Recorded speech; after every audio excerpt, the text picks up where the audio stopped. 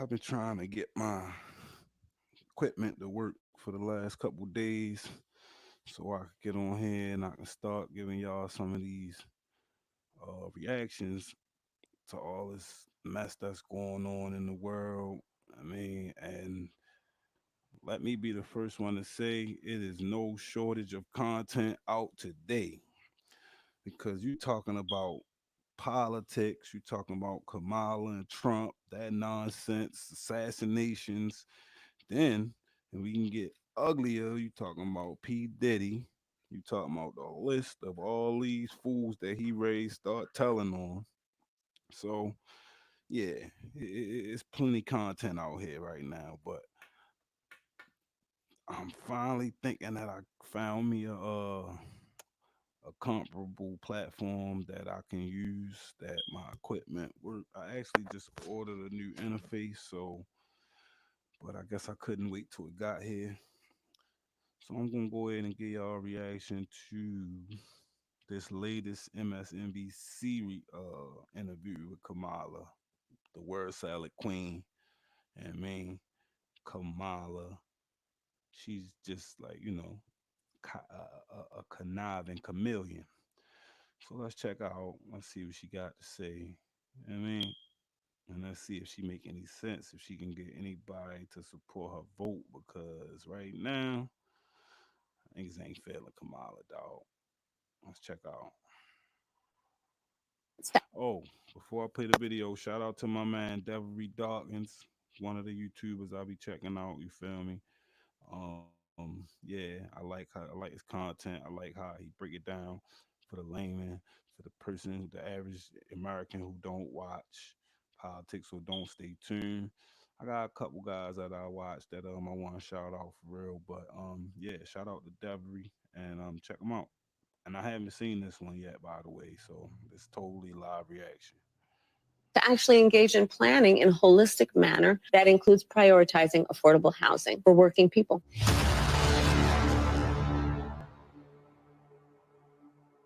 At this point, you got to be asking yourself, is Kamala Harris trolling us? Because in this new interview, solo, by the way, with MSNBC anchor Stephanie Rule, she just continues to bomb these interviews in a humiliating fashion. Now, before we get to the clips, let me ask you a question. What are we expecting from Kamala Harris, especially if you are an undecided voter? This is what it is. With Kamala is we don't know her answer to anything, okay? But you know and his answer to everything. And that's why I would never vote for him, and people shouldn't vote for him. But people also are expected to have some idea of what the program is of the person you're supposed to vote for. You're just not supposed to say, well, you have to vote for Y because X is this, that, and the other. Let's find out a little. Yeah, and see, that's a lot of what's going on right now. They can't say nothing bad about their candidate. So instead of them being honest about their candidate, who's a shit show, if you ask me, because she never answered a question that you ask. She always go into this long spiel about middle class and ambitions and dreams and inspirations, aspirations. Same shit, different toilet every time, and they don't want to make her look bad. So what they do is they say, well, yeah, she's not answering the question, but Trump doesn't answer questions more than her. So it's just going to keep being that for real. Go ahead, dog. A bit more, and I don't think it's a lot to ask her to sit down for a real interview as opposed to a puff piece in which she describes like her feelings of growing up in Oakland with nice lawns. Now, this gentleman, he's not voting for Trump. We already saw this clip previously, but it's what we all are wanting from her. Can she give us a clear idea of what she plans to do?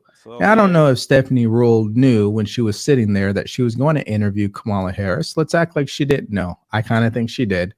But the bottom line is she's operating from the position that she doesn't need to answer any questions, which is very funny because towards the end of the video, I'm going to give you Stephanie Rule's reaction to how the interview went, and you'll be shocked at what she said. But let's start with the first clip, which is on one of her signature economic policies, price control. Prices are still high. Yeah, I agree with you. You said you want to take this on by going after those who engage in price gouging. Yeah. But as somebody who supports free markets, who's a capitalist, How do you go after price gouging without implementing price controls? Because once we get in this zone, people start to get worried and they say, I don't know what she stands for. So just to be very frank, I am never going to apologize for going after. One of the great responsibilities that we have is to tell boys and girls. My bad, y'all. I'm gaming. Companies and corporations that take advantage of the desperation of the American people. And as Attorney General, I saw this happen. In the midst of an emergency, whether it be an extreme weather event or even the pandemic, we saw it. Where those few companies, not the majority, not most, but those few companies that would take advantage of the desperation of people and jack up prices. Yeah, I'm going to go after them. Yes. I'm going to go after them. Part of a much more comprehensive plan on what we can do to bring down the cost of living, including housing, including the everyday needs of the American people. So let me get this straight. As president, you're going to do something that maybe an attorney general of a state should be focused on. Fact. That's what you're telling me. That's what she said. Right? If I take you at your word, why would the president of the United States be so concerned with something that only a few companies are doing? Her words, by the way. Her words. Right. And how does that actually impact the price of lumber, the price of fuel, the price of rent? That's got nothing to do with those sectors. So to blend that is very misleading to people who are listening to this. Very misleading. But how do you find that line to make sure corporations are paying their fair? But how do you find that line to make sure corporations are paying their fair share, but they're not leaving our country? Tough questions. Well, listen, She want to ask the tough questions, but she on the tape. That's why it's just her and Kamala there together. So even though she don't stand behind some of these answers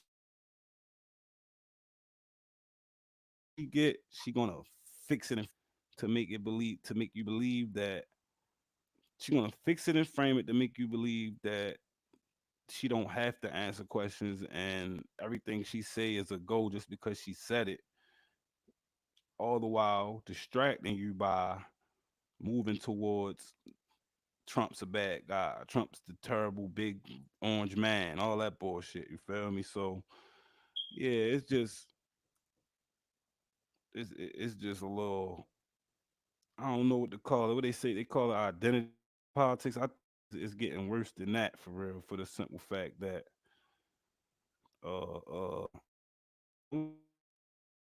they kind of like don't have nothing on the plus side for Kamala. It's all fluff. It's just never no substance. Go ahead.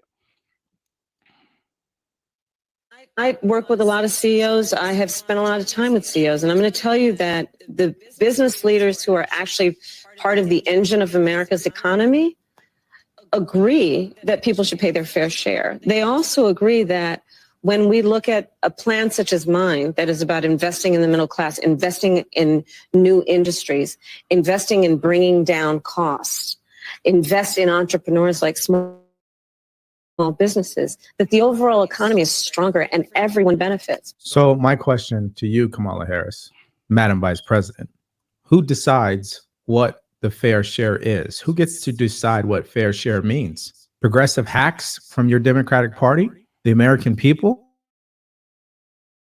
Who is deciding what is fair to Americans? And based on your track record, I don't believe you know what's best for Americans because of what you've done over the last 3.5 years.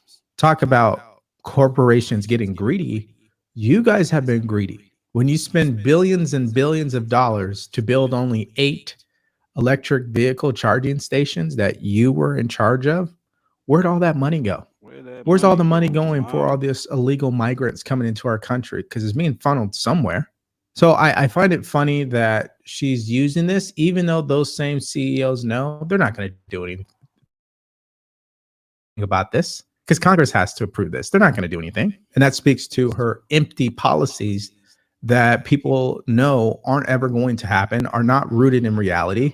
And that's why she didn't get the Teamsters endorsement. Here's her reaction to that. But not all unions have gotten behind you. I would not understand when a Teamster decided not to endorse you. What was their reasoning? What are they looking for? Well, let me go back to our just previous conversation. I'm very proud to have the endorsement of the steelworkers and almost every other major union in America, because I stand by workers and I stand by the importance of being able to join a union and to understand the benefit and the value of unions. And I understand the importance of investing in new industries and working actively with the private sector to grow our economy. But I'm asking because there's this idea we want something more from her. What is it? Well, here's the thing, that back to your point about previous election cycles, Donald Trump made a whole lot of promises that he did not meet, and one would argue broke. And she just continues to ramble on about Donald Trump, never answers the question about the historic announcement from the Teamsters to not endorse any candidate.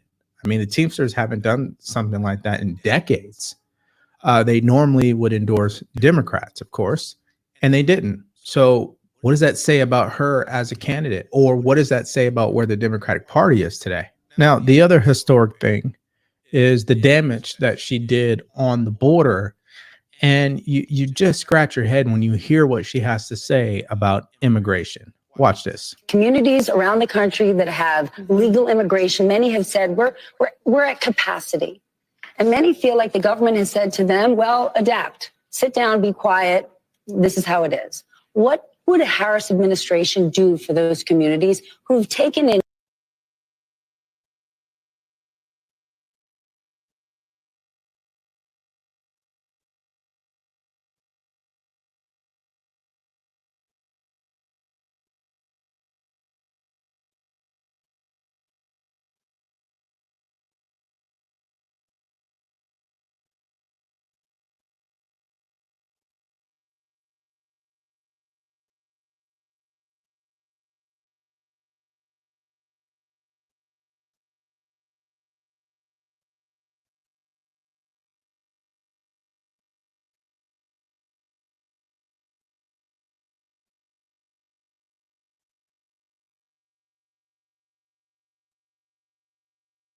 many, many legal immigrants, but are at capacity?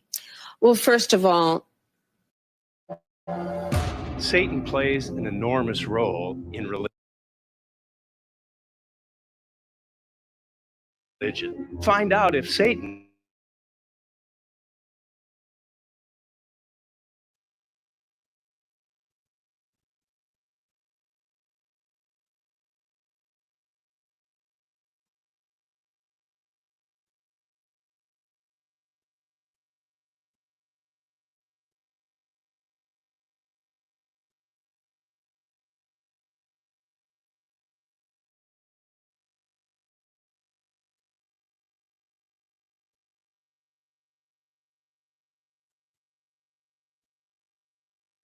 we do have a broken immigration system, and it needs to be fixed. And if we take a step back, months ago, some of the most conservative members of the United States Congress came together with others, proposed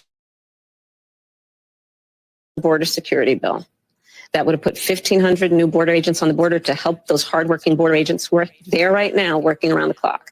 Would have put more money into stemming the flow of fentanyl, which is killing Americans around our country and devastating communities. Would have put more resources into our ability to prosecute transnational criminal organizations, which in my career I've prosecuted. Donald Trump got word of the bill, realized it was going to fix a problem he wanted to run on, and told him to kill the bill, don't put it up for a vote. He killed a bill that would have actually been a solution because he wants to run on a problem instead of fixing a problem. And that's part of what needs to be addressed. And my pledge is that when elected president, if the American people will have me, I will bring that bill back and I will sign it into law. And we need a comprehensive plan that includes what we need to do to fortify not only our border, but deal with the fact that we also need to create pathways for people to earn citizenship. So you can get them to vote in elections. Yeah, we know that. Let's go back to this because I feel like we talk about this every single time with her and this ridiculous response. She didn't even answer the question, of course. She has no message for those communities who have been obviously devastated because of the influx of migrants, whether it's legal or illegal. I don't care. It's obviously had a net negative on our communities because you just can't take that amount of people in one swoop. So the first problem is they could have shut down the border at any point. So when you go out there and you're like, well, yeah, this bill would have definitely helped out these border patrol agents that work around the clock. We care so much about them. If you care so much about them, why didn't you close the border 2 years ago, 3 years ago at least? Why would you put that amount of stress on them to begin with? You know, fentanyl is a problem.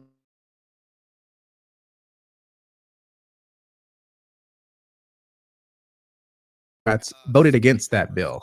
Some famous person by the name of Bernie Sanders was one of those 14, by the way.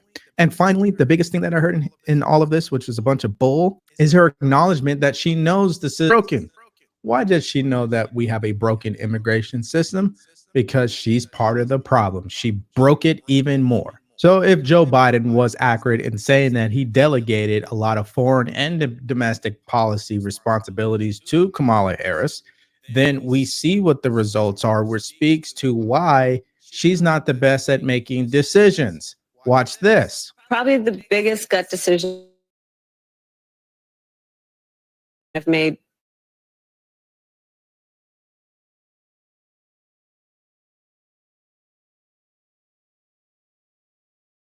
It is.